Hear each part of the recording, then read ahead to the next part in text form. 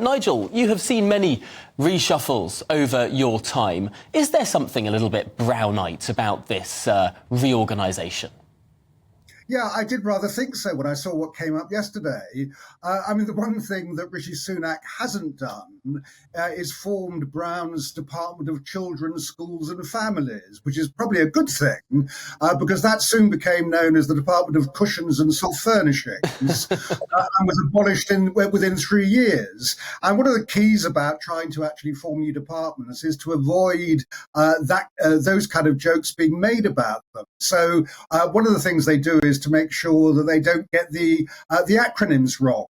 Not sure they've actually succeeded in this case. So science, innovation and technology will become SIT. And of course, business and trade will soon be known as BATS.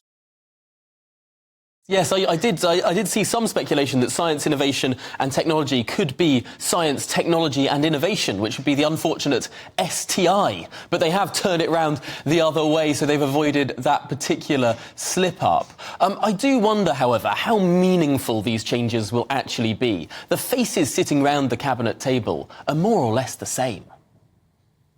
Yes, and that's one of the things the Tory MPs are talking about. They're beginning to wonder what was the point of it all. And one of the big surprises is that we don't know what the future of Dominic Raab is going to be until after the investigation is completed. And many Tory MPs think that probably this kind of reshuffle should have been postponed until that was actually sorted out.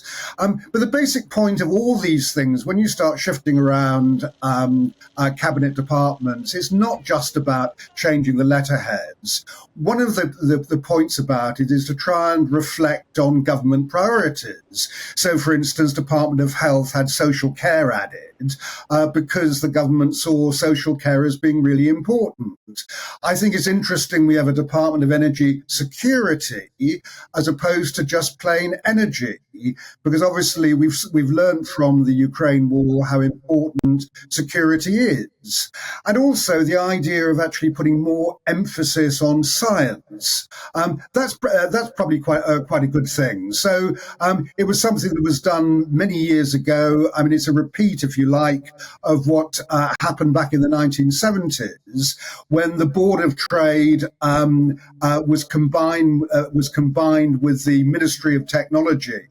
That formed the Department of Trade and Industry, and Trade and Industry has gone through a lot of formation since then.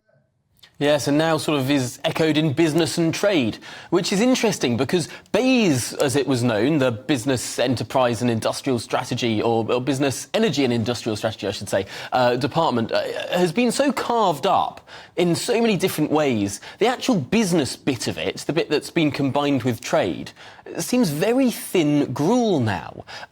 The Department for Business and Trade, as it is now known, led by Kemi Badenoch, is it really any different? Is it much different at all to the Department of Trade as it existed before?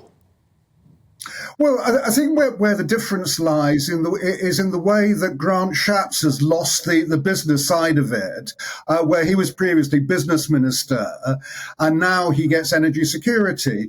But again, I think that probably reflects what the modern world we're in at the moment. That the whole point is that although Grant Shapps was business secretary, he spent 90% of his time talking about energy. So I can see a purpose behind doing that, because it is a question of actually working out what your priority should be.